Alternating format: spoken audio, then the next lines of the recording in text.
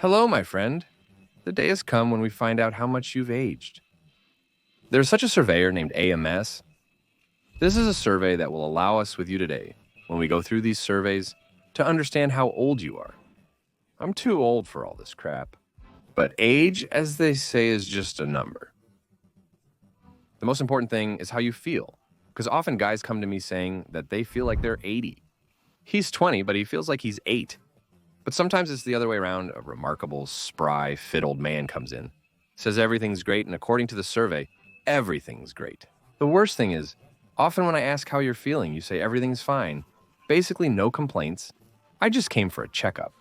I give you this survey, and I see that the quality of life is just terrible. And when I ask questions, why you said everything is fine, you say, I just didn't think about it, or I didn't think it was a symptom of some disease. Or I thought it was normal for my age. Forget about this phrase altogether.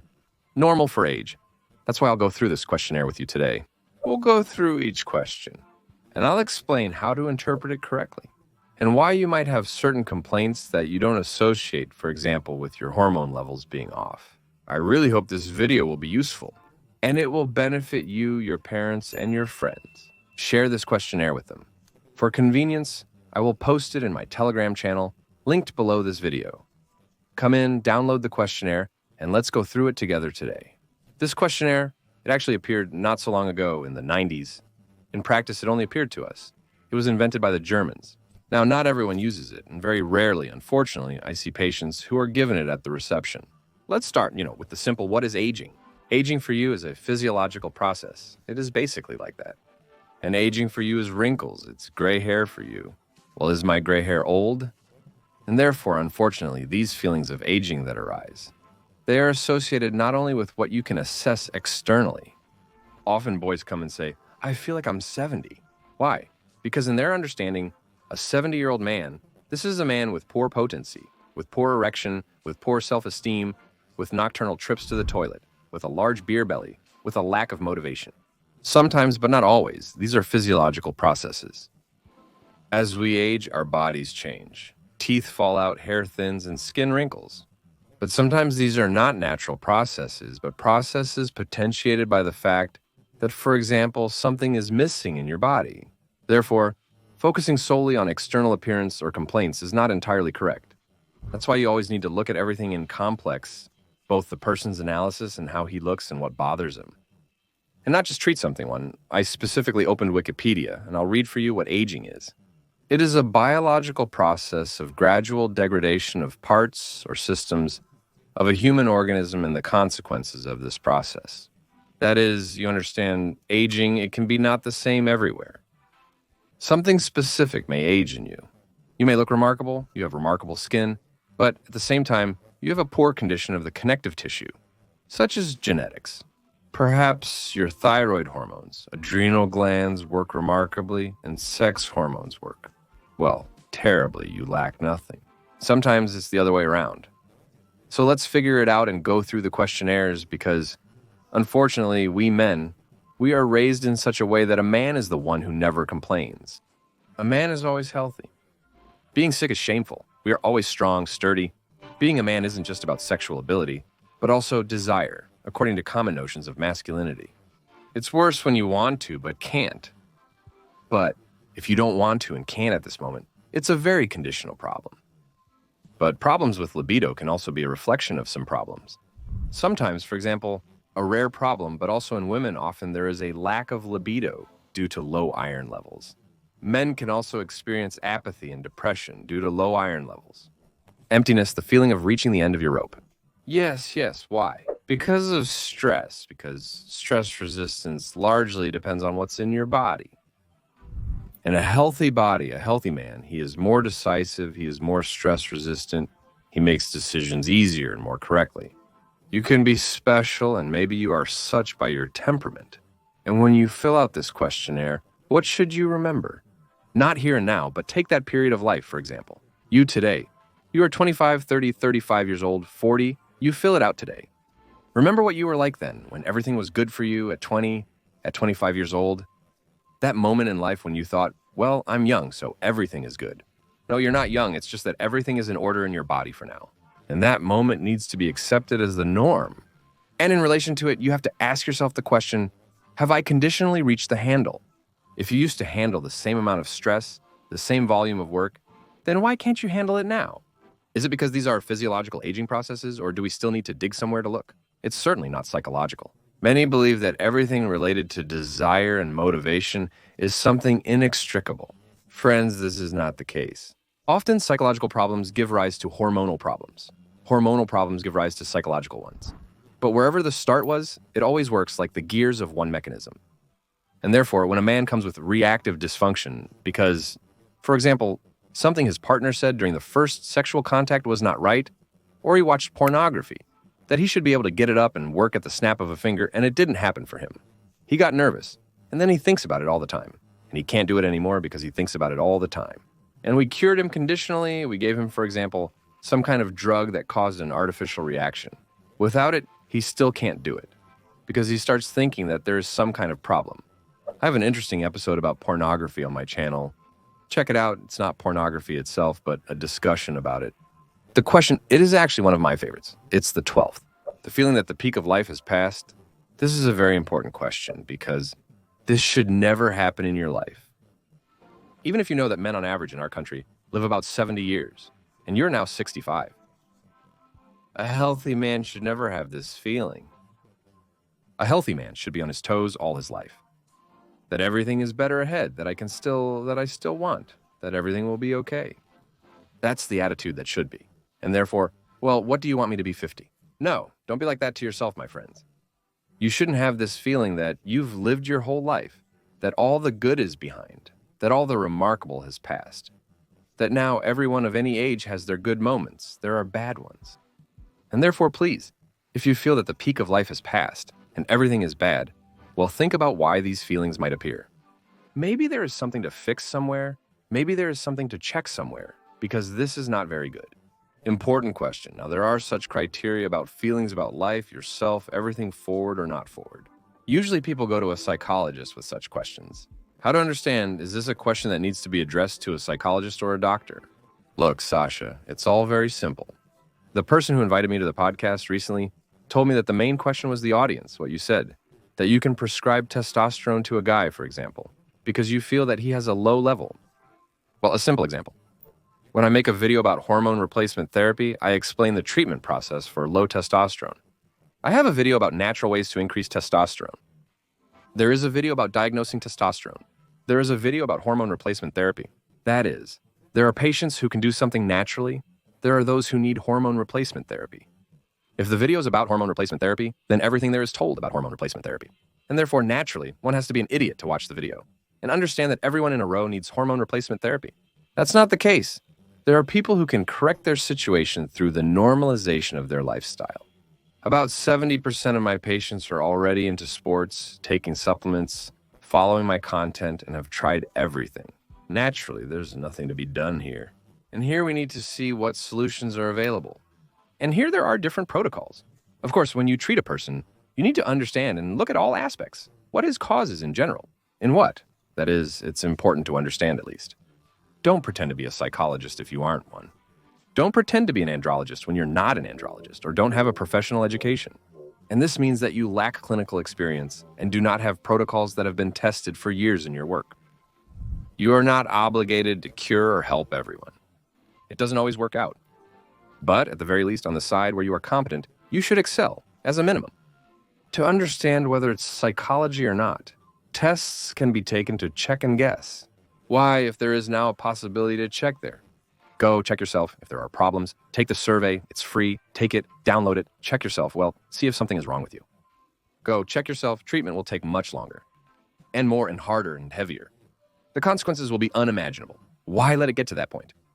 Friends, if you're interested in the topic of testosterone and lifestyle, proper nutrition, proper habits, everything that I promote, then follow the link under this video to my free webinar.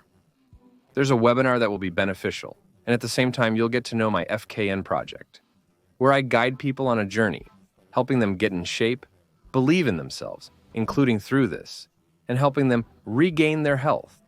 The most crucial point is number 11, which addresses depression. Yes, you see, in fact, Zhenya often reprimands him for the fact that depression is treated with testosterone. Well, how to explain to people that even in the official questionnaire, one of the signs of aging, including androgen deficiency, is a depressive state? Because your levels of sex hormones are directly linked on both sides and have a correlation with dopamine, adrenaline, noradrenaline, catecholamines. Therefore, when you have a problem with testosterone, you may have a depressed mood, you may have an absence. Do you think it only affects libido? Whether you want it to or not, it just doesn't work that way. This includes how easily you gain weight. You used to sit at home or at work, typing and thinking, I wish it was Friday so I could go fishing with the guys or hunting or just for a run. But now everything is through force, through gritted teeth. You have to push yourself. You don't want to do anything. And why don't you want to?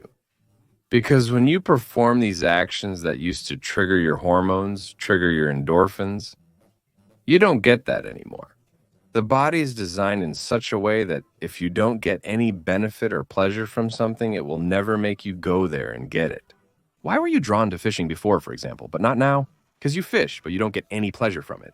You don't like it as much as you used to, you don't want to, your soul is no longer on fire for it. This could also be a reason, of course, psychological. But it's an excuse, at the very least, to check your body thoroughly. Physical exhaustion, a decline in vital energy. I would replace this word with creative energy on your productivity in terms of what you want to create, what you want to do, what you want to engage in your favorite activity. Remember your relationship, how it was 50 years ago when everything was good, and now. Think about why this happened. Why do you always feel physically exhausted? Why is your self-esteem dropping? Why have you started setting the bar lower for yourself? In your 20s to 30s, you dreamed of some cool car, some new cool job. You thought that in 10 to 15 years you would have it all. And now you live with the feeling that nothing awaits you, that nothing will work out for you, that it's not about you, that your train has left. If these thoughts are in you, especially if your creative potential, your creativity suffers, this is also a reason to convince yourself that everything is fine with your body. Anxiety, nervousness, irritability, I would probably combine all of this into the stability of the psyche, into self-confidence. Yes, indeed, this can also be a sign of aging.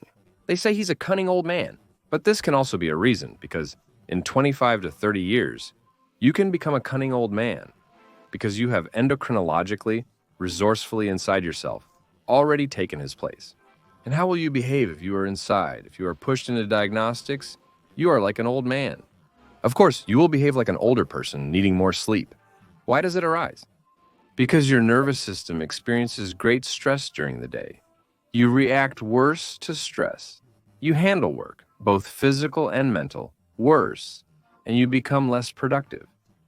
And during the working day, which in principle used to last the same hours, but you used to go to the gym to work out, you used to go to the computer club to play, to run, and now you go home, flop in front of the TV with a remote or play something and then go straight to sleep. You likely go to bed earlier, yet wake up feeling more exhausted. Why does this happen? Is something wrong with the sleep? Possibly. The sleep may not be deep enough, but possibly you just stress your nervous system and your body during the day in a way you didn't do before because you were more resilient, because you were healthier. That is, this is also a sign of age-related changes in health. Therefore, yes, I completely agree with them. If you're not getting enough of your own sleep and you're not waking up fully energized, think about what's wrong. Are you overworking and not getting enough sleep? Do you think something is wrong with your sleep? Or maybe you just can't handle the work you're doing. Many of us see examples of our fathers in their 50s, 60s, who have noticeably lost their vitality, enthusiasm. Many don't want anything in front of the televisions. Although 20 years ago they were super energetic and everything. The question is, do we still need to get involved and insist that dad is not okay? Or should we say, well, yes, it happens, like most people. Well, that's how they accept it, love it, and everything is fine. When boys come to me for a consultation and I see signs of androgen deficiency in them, well, a lack of male sex hormone. I always, well, not always, often ask, at what age, for example, did your father become more grumpy? Well, that is, I see that his abdominal type of obesity has improved. He says his dad started gaining weight sharply in his 30s. He's definitely gaining weight rapidly in his 30s, just like that. That is genetics, yes, always. But besides genetics, there are other things that depend a lot on you. And with one genetics, you can be John Lukavaki in your 50s. And with the same genetics, you can become a man, a patient from the cardiology. Because you went down the path of self-destruction, started drinking, smoking, and many of you, unfortunately, see me as a talking head from YouTube, although I actually head a department at a leading institution in the country. I head the oncology and oncogynecology department. Every day I perform very complex, large, many-hour operations, mainly in oncology, including benign urology, gynecology. Plus, I am a professor and head of the department at the Russian University of Friendship of Peoples. But what benefit will it bring that I tell you? By what method to cut out cancer from the kidney? No, none at all. But I see that today the patient is on my table because he is negligent, because he did not take care of himself, and because for 20 years of his life, before we met, he simply neglected himself. There is no other way to put it. That's why many patients in my department are overweight. And of course, how can we reduce their number? Through, for example, speaking at conferences for people, through some social networks. I run a Telegram channel, by the way. There is definitely a link to it under this video. Come in, subscribe. And this propaganda, it's not just, for the sake of some news. No, absolutely not for this, but for the sake of you just getting sick less often.